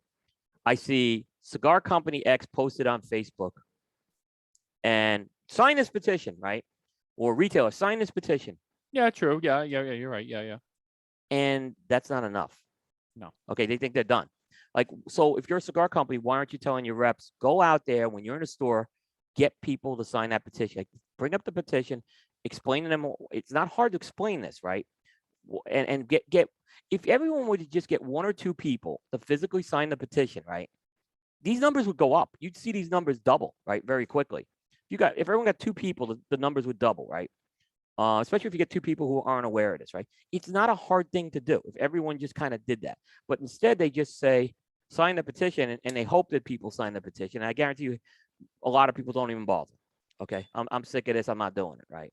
So they do that, and that's a problem. I think I'm a CRA ambassador, and that's the one thing I think that's the most important thing that I do is my job as an ambassador. I'm not as active as I am because I'm not in the stores as much anymore, but I try to do that, is to try to get several people that I don't think have signed or looked at this petition to take a quick look at this, right? It takes 3 to 5 minutes. And if they don't want to sign it, they don't want to sign it. You can't do anything about it, right? But I guarantee you can find a few people to get it and sign it. But I don't see any of the sales reps do this. I don't see any of the people working in the retail stores doing this. Maybe there's some, right? But I don't see enough of it, right? So these petitions constantly, the numbers are short for a reason, right? Because we don't do a good job at the grassroots level with this. That's the first thing, right? That's very true. That's a good point. Right. There's not a strong grassroots effort with it. And they've tried. And it could be. And it could be. It could be. This is an easy layup. You're not, and look, this is a serious threat the industry's facing right now. This ain't a minor threat. This is a major threat right now. The second thing, if you're CRA, you can't put out an email and start pointing fingers at the political party. All right, you can't do that, right? And say, look, the Republicans are doing all this and the Democrats are stopping this. Look, I understand what's going on in the House, right? But you can't do that. Immediately, if you say you start blaming Democrats, right? And I know a lot of people are diehard cigar smokers were Democrats. You've immediately alienated them. You've immediately just alienated these people. There's Right. Like, we preach nonpartisan politics in the cigar industry. How many times have we preached this? And CRAs preach this. Right? CRAs preach nonpartisan politics. And then you send it, and this is what the email that went out like this week on. I was horrified when I saw that. I said, who actually sent this email out? And someone they should absolutely be reprimanded on this, right? It was, and that's not going to help you. I'm just telling you, because all you're going to do is you're going to make people who are like Republican, and I'm not trying to get political here, right? Because it could have been the other way around. I get it. Yeah. Right. You're going to piss people off on one end, and you'll play to your base who's already signing this on the other end. Right? Maybe you'll get a few more like people, but you're accomplishing nothing on this. Finally, if you're going to send an email out, these emails are like rah emails all the time, right? And I understand you got to get people fired up about this, right? Put in there, instead of putting 1,000% tax increase staying in there, put is, okay, your cigar that costs $7.99 now is going to cost this much money if this bill goes in. Like, that's basic stuff that you put in there. People can see wow, this tax could make it go up. And I haven't calculated the number because I'm not that smart to calculate the number, right? I'm not a tax person. But someone in CRA, PCA should be able to put a very simple thing together. And your $7.99 cigar is going to cost X number of dollars now if this bill goes into effect. I never see that. It's basic stuff to put in this thing so people can see it in black and white. And it's not just it's not vaporware. It's not this like number that people are pulling into this because people can't understand what 1,000% increase is. But you can see it costs this money. This is this is where I think we fail, and this is why we're going to continue to fail if we don't fix these things. Grassroots, keep the partisan politics out of it, and then put tangible data in that people can understand. You don't have to get overly complicated with it. Yeah, I think there's a level of, and this is not what everyone thinks. This is just my opinion of how I think some people think when they hear about this stuff. Some people, I think, are not truly afraid of it, and they're like, they'll make it go away. My little input won't change anything. It's like, maybe one person. I agree. One person can't change the world, but if you added up all those people who were just like, well, my one input's not going to matter. You add up all those people together. I mean, that's thousands of people that if you did all just do it, that helps. And like you said, that's like the one or two more people that you get to sign the petition or to donate a little bit of money or to talk about it and tell someone else who might do it. Keep passing it along where it gets a little more traction. I don't think that and I think you're right when you say, it should be like, sales reps for every brand should be talking about it. Because it's not like, because at the end of the day, like you're out there selling cigars, you're a rep trying to push your product. Well, these are things that are fighting to prevent you to do so. Yeah. So it's like if you want to keep getting, you want to stay in the game, you want to keep pushing product, you want to keep getting your commission and all that stuff. Yeah, like tell your customers, tell the consumers, tell the retailers, tell the distributors that you're working with or whatever. Make sure everyone's on that. Make sure everyone knows about it. Get it out there, talk about it, get people involved. Make it your goal. You do an event, a cigar shop, bring it up, talk about it. Get like two people at an event to do it. It's better than if you get two people out of 50. Jose's really good at it. Jose's always good about that at his events. Yeah, and even if you only get two people out of 50, and you got brought two it up, people. that's still better than just not bringing it up at all. Right. And every number counts. Because this isn't a big industry, but we do have people. There are plenty. Look at the cigar numbers. A lot of people are smoking cigars. And I'm not talking about guys like look, Jay Davis is fantastic. You look at Jay Davis; he's a model of how the retailer should be doing this type of stuff. Yeah. So I want to point that out. There are retailers like a Jay Davis who I consider like a leader in this area. Jay Davis, he's constantly, there are things that we just have conversations about. He makes me aware of certain things. So, and when it's time to publish it, we publish it, right? But yeah, I mean that's what we should be doing here. It's all about information here on this. But yeah, I mean, and you just got to keep people. You got to keep the politics out of this thing, because look, you remember the S chip thing? There were a lot of Republicans who voted for S chip, so let's keep that in mind. Okay, you want to go back, so. And there's a lot of Democrats who've supported things for the cigar industry as well. So let's kind of, we've always said we're bipartisan. This is all about bipartisan. Keep that out of the emails, please. I think another part of it too is, sorry, I'm just need a little bit of water here.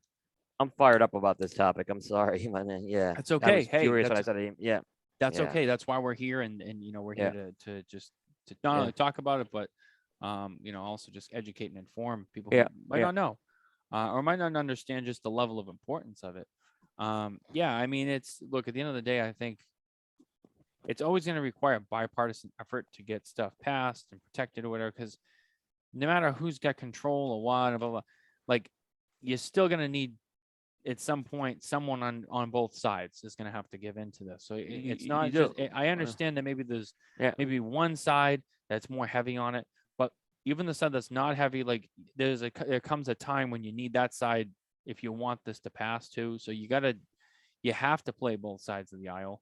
And that's just what politics is. And that's what all these bills and laws, I mean, it's all about. And that, I mean, take the cigars out. You look at, not to get political, but as for an example, and you look at the political realm, no matter what it is, when they're trying to put stuff through the Senate, the Congress and stuff like that, there's always, they get into stalemates because one side doesn't want this, the other side does, and vice versa and stuff. It's like a, a good thing getting pushed through.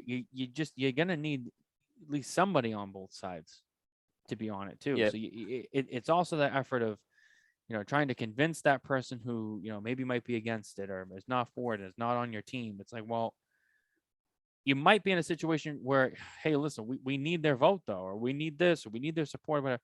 So I understand the argument about like the political lines and all that, but at the same time, you need both. It's not like just one or the Yeah. other. That's, I guess my point is, it's not just one or the other. When it comes down to it, there are some situations, especially some sticky situations that this industry has been in. You need both. You need both sides because that's just what we need to get it through to keep on going along here. Yeah. Yeah. Which is tricky. Yeah. Because it's a pretty divided It, place. it is. But it is. I guess I digress on that one. It's Yep. just Yep.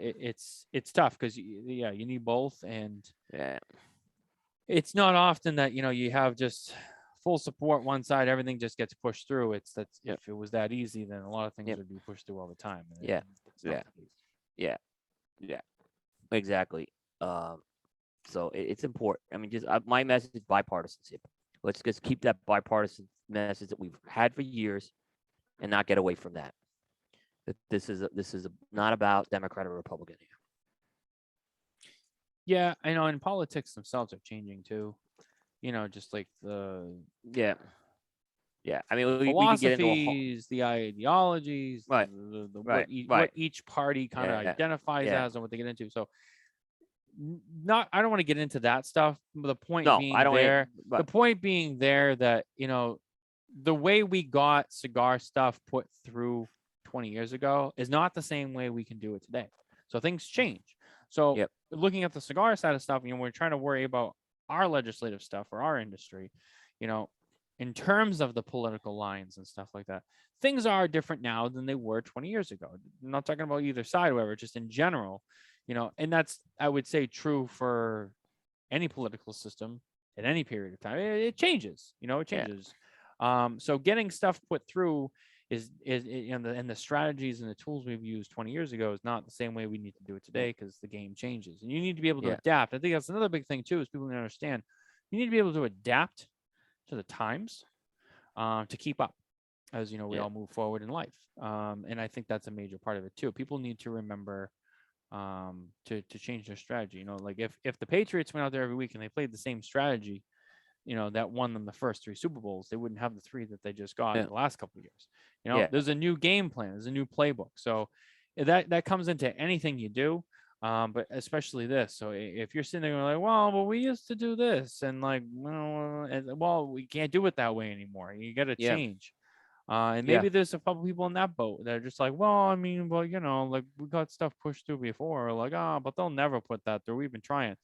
Yeah, maybe you have been trying, but maybe new opportunities come up, things change. Maybe you can get it through. You put enough grassroots behind it, get some more effort, you align with the right people and you have the right conversations. Maybe things change. Yeah. I always like to say never because things change. And that's Yeah. true. Again, I'll just kind of put one other point out there.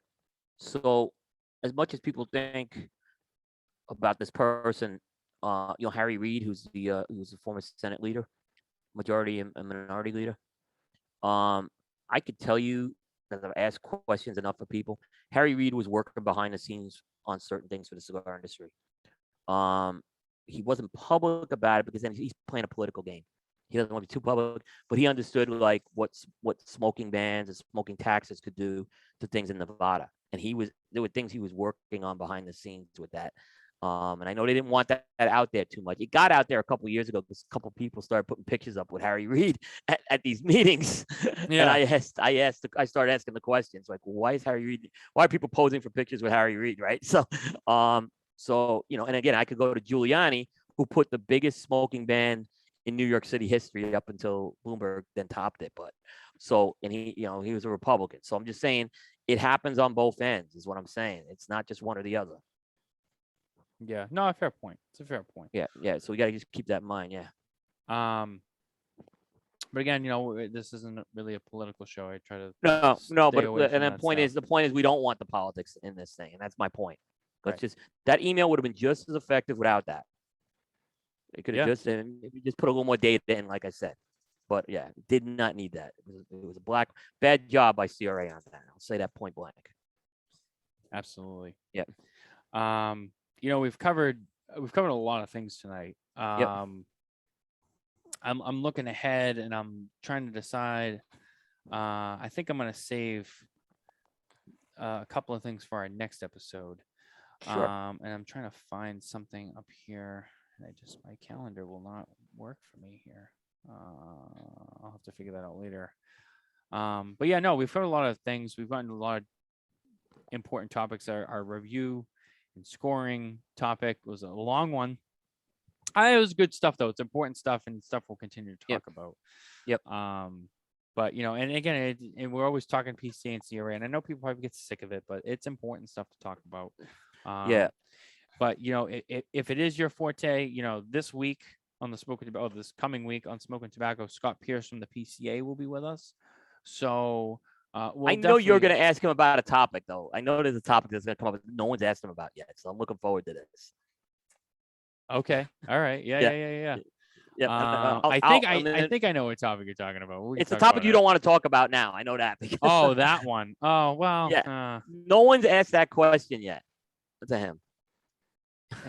Well, let's do this. Not to tease it. When the next spare notes, if your topic comes up, we'll talk about it. Absolutely. And if not, I'll ask you why you didn't. Yeah. If not, I'll ask you why you didn't talk about it. Yeah. Yeah. I'm like trying to decide. Do I even want to like preface it now? Scott's a great interview, by the way. I think it's something I think about, even for when he comes on, because you know what, it's not everybody. I think I understand that topic. I think it came from a little bit of frustration in the moment of some things that happened at the time. But now I'm sorry I brought it up. I'm sorry I brought it up. No. It's okay. Don't feel bad. No, I mean there's some frustrations, that I expressed earlier in the year of some very specific things that happened at a specific time. A lot of it's heat of the moment too. Not that it's not generally bad, but maybe it just didn't deserve as much airtime now that I gave it. Because it's just one of those things. At the end of the day, like I have more important things to focus on. So maybe I will, but if I do, it'll be a lot smaller of a deal than it was previously made. But there are much more important things that I want to talk to Scott about in terms of PCA and all of that stuff. Mark says there are problems in the manufacturer and the retailer factions that contribute in a very vocal way to that quote political end quote problem. Interesting. Yes. Yeah, that's true. We know who they are. We know who they are. Yeah. Yes. That's true. Without naming anybody, because I don't want to do that. It's not the style here. I don't want to do that either. We all know who they are. Yeah. Yeah, we know who they are, and we agree. I already named one. I already named Belody. So I mean that was but yeah, there's others. So anyway, yeah. So getting into some real nitty gritty PCA legislative and stuff like that with Scott is something we'll get into this week on the show. Any other topics or maybe? What do you have coming up on Cigar Coupe this week? So there's a few things coming up. On Tuesday, special edition 107. Bear and I are gonna have Phil Zengi on from Debonair House. Ooh, nice. Yep. Phil's a longtime friend of mine. Goes back to the Stogie Geeks days. We're gonna catch up with Phil. I think he's a couple of new projects he's got going on. Phil's always an entertaining interview, a high energy interview. So I just confirmed that with him today. So he's set to go on Tuesday, 9:15. On Thursday's show, the primetime show, episode 203, we have on Luis and Alec Cuevas from Casa Cuevas Cigars. We haven't had them on. I love them. Yeah. Great guys, good friends of ours, longtime supporters. So we'll be talking with them as well. So stay tuned on that. Now, I'll kind of mention this tomorrow because there was a Bear on Bear actually had a show planned for tomorrow night with a guest. The guest had a personal situation that came up. So we're bringing the Smoking Syndicate team on, and we're going to be smoking the Rocky Patel Winter Collection 2020. So smoke, and we're going to be doing one of our roundtable shows. So the roundtable show is where a bunch of us get together and we smoke a cigar on the air. We just did that last Thursday as well. And we'll be bringing other people on. It's not just gonna be us four, but we're kind of just honing the concept first before we kind of bring it in. So other people in the media, maybe who knows, industry people, they'll be coming in and being a part of this. But we're doing this for Bear because there's nothing like a guest having, and it was a legitimate reason his guest had to cancel. This wasn't a flaky thing at all. So things happen like that. So we're gonna be doing that tomorrow night. And for folks who know, the Rocky Patel Winter Collection is a front runner. I've talked about it for a potential very high spot on the Cigar Coupe list at the end of the year. So I'm very high on that cigar. So actually, since we last talked, one of the new Rocky Patel cigars that we saw in Vegas has recently just hit shelves, and I tried it last weekend, and it was very good. It was the 60. The 60 is very good. It's very, very good. I was really impressed with that. Yeah, I haven't smoked it since the show, so I can't really assess, but I have some coming my way. And Rocky's had a very good, in my book, Rocky's had a very good 18 months. I mean, he's been on a roll. How was that Tabacusa? Oh, that was very good. It really is a good cigar. Yeah. It surprised a lot of us with it. So it kind of just missed the Coupe list a couple of years ago. Mhm. But I mean, it was right. It was in even when you're contending for it. But I think he's eclipsed that with some of the subsequent Mexican wrapper releases he's had. So that's why I'm like, I think that was kind of like the one that started this. Because there's the World Championship cigar, the Quarter Century, and the Winter Collection all use Mexican wrapper. So yeah. Yeah, no, it was very good. I thoroughly enjoyed it. I still have some of it. It keeps going out because I haven't really been paying attention to Well, it when you're this doing a last- show, yeah, I never count that when I do a show because I'm just lighting up my Corojo a little too. Yeah, you This get is- distracted and It's whatnot. fantastic, this cigar though. This But tastes- I've still have a little bit left. I've made it last this long. I've smoked it nice and slow, and it was nice. Yeah, Burned yeah. well. So we have so there's a bunch of stuff coming up on Coupe this week, so I'm pretty excited. There's no KMA next week, so I got a week off with that. So that will be we had on Ram Rodriguez today. So if you didn't catch that, Ram's a great interview. Oh, absolutely. It was Yeah. awesome. We caught up with him at PCA earlier this Yeah, year. we did, We're yep. trying to get them on the show. Yeah, he's really good. We've had him on a couple of times already, and he's excellent interview. And Bear just had him on his show as well. Great conversation with him. He's a really good guy. Absolutely. Yeah. Guys, I think we're gonna wrap it up there. We're gonna Yep. end it there. Yep. It was a great show. Coop, thank you for Thank being you, with my us friend. once Absolutely. again. Yep. Covered a lot of great topics. And as always, don't forget to come find us, Facebook, YouTube, all of podcast channels, Apple, Google, Spotify, Stitcher, Amazon. They're all out there. Wherever you get your podcast, we're out there. So follow us, subscribe to us, download, listen to us, give us a like, subscribe, YouTube. We really appreciate it. Thanks for the support. Thank you for everyone for watching, listening at home. Thank you very much. We appreciate it. And until next time on Spare Notes number 8, we'll see you. Good night. Take care.